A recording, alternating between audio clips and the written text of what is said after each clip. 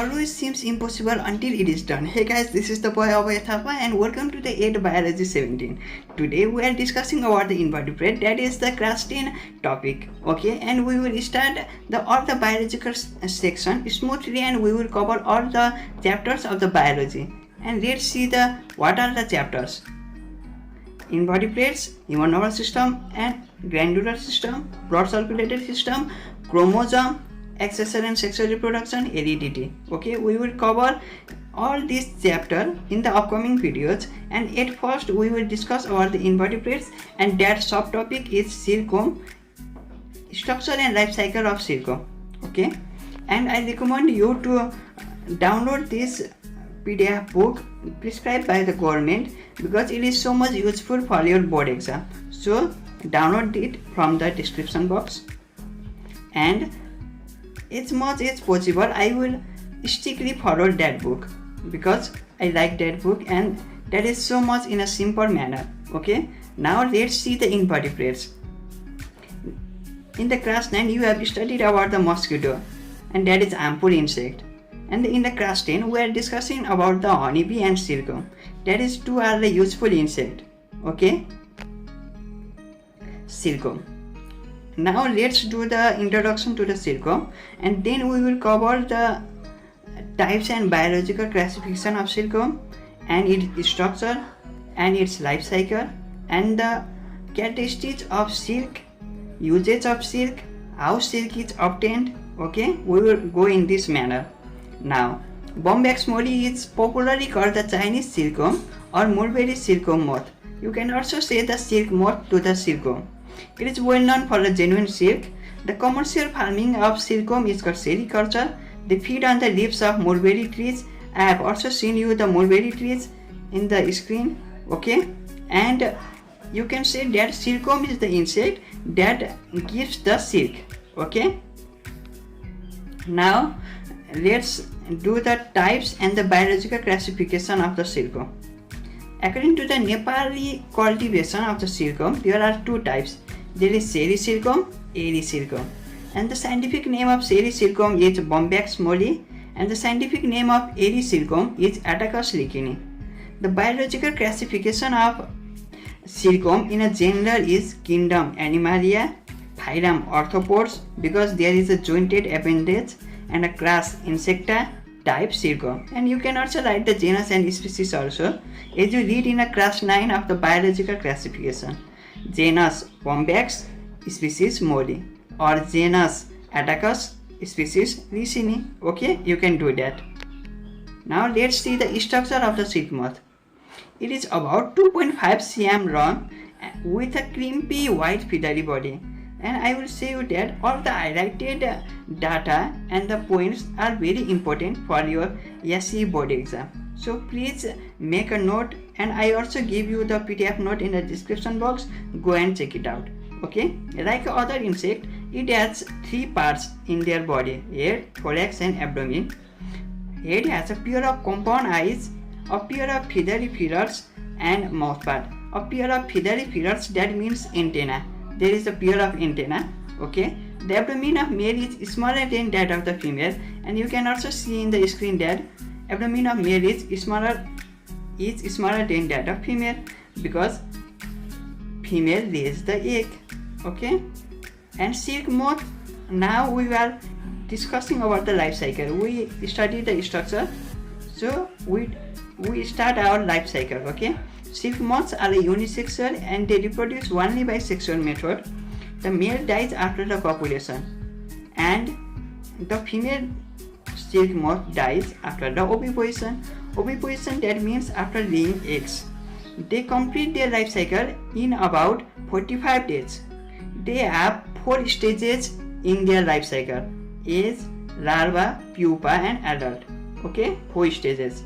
And I will say you that the figure of the larva is so much important, and it also come in the SC exam also. So please consider that, and all the labeling you have to do that. So please in the description box you get the notes, and please read that notes and sketch yourself. Okay, Now we comes in the egg. Female silk moth lays about 300 eggs on the leaves of the mulberry tree. Eggs are oval and yellowish white. It is about the size of a pin's head. To prevent the egg from falling off, the eggs are covered with a gelatinous material, so they do not fall. Okay, and eggs are oval and yellowish white. You can see that clearly about that. They kept below 10 degrees centigrade to store for a long when mulberry trees are not available. Cast into larva when temperature between 18 degrees centigrade to 25 degrees centigrade is maintained. And if there is not mulberry trees leaves, then you can do that. You can store that silkworm lay eggs in the storeroom at the 10 degrees centigrade. Okay, and it takes 10 to 12 days to hatch out a larva at a suitable temperature. That is 18 degrees centigrade to 25 degrees centigrade is the suitable temperature. Okay. Okay, now comes in the larva. Newly hatched larva is about 6.00 mm in a length and greyish or creamy in a color. You can see that greyish and creamy in a color. Body of larva is divided into head, thorax and abdomen. Larva is very active and feed voraciously on a mulberry leaves. I will show you. It feeds so voraciously. You can see that.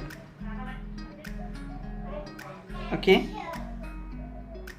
How they feed on the mulberry trees, mulberry leaves.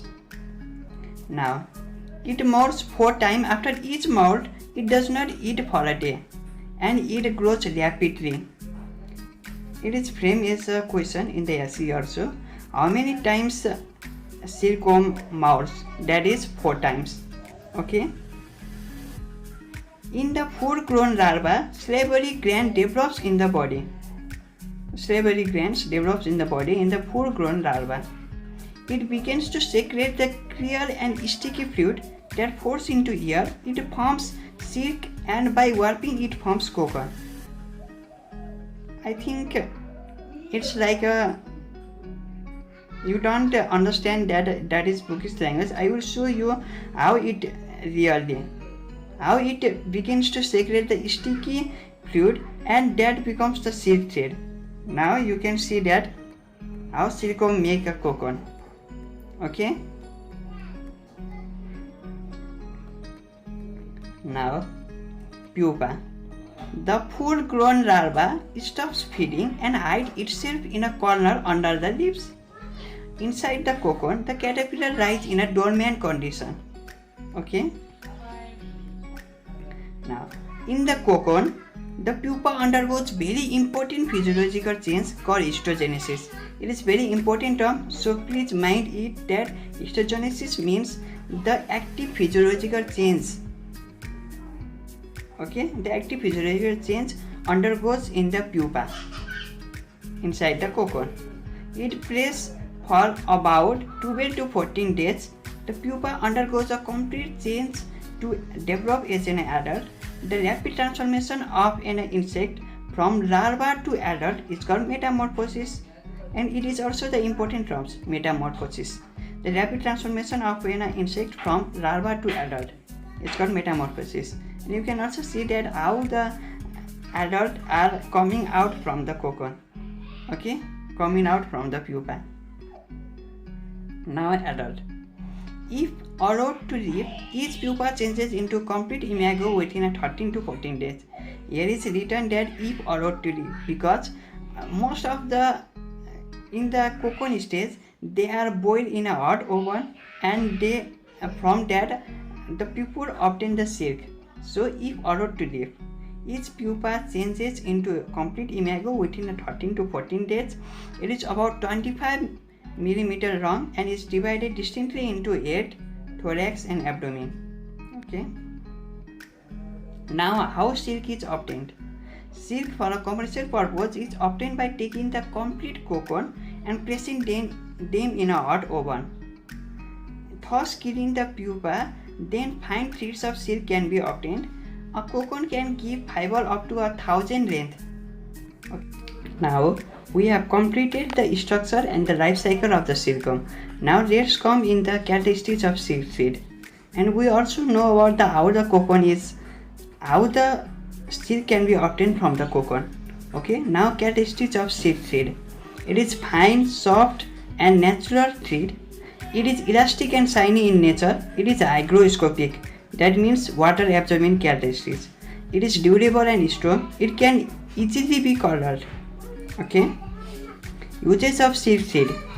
It is used to make better quality saris, ties, pants, etc. It is used to make tire cords of bakers. It is used to make parachute. It is used to make fishing threads and fishing nets. It is used to make cord for surgical purpose. Okay, and we have completed this lecture 1 of the structure and the life cycle of the silkworm. Now in the next lecture we will study about the honeybee and that structure and the life cycle of the honeybee. And up to then, keep studying and please download the PDF book in the description box and the PDF book that is prescribed by the government. Okay, now bye bye, keep studying.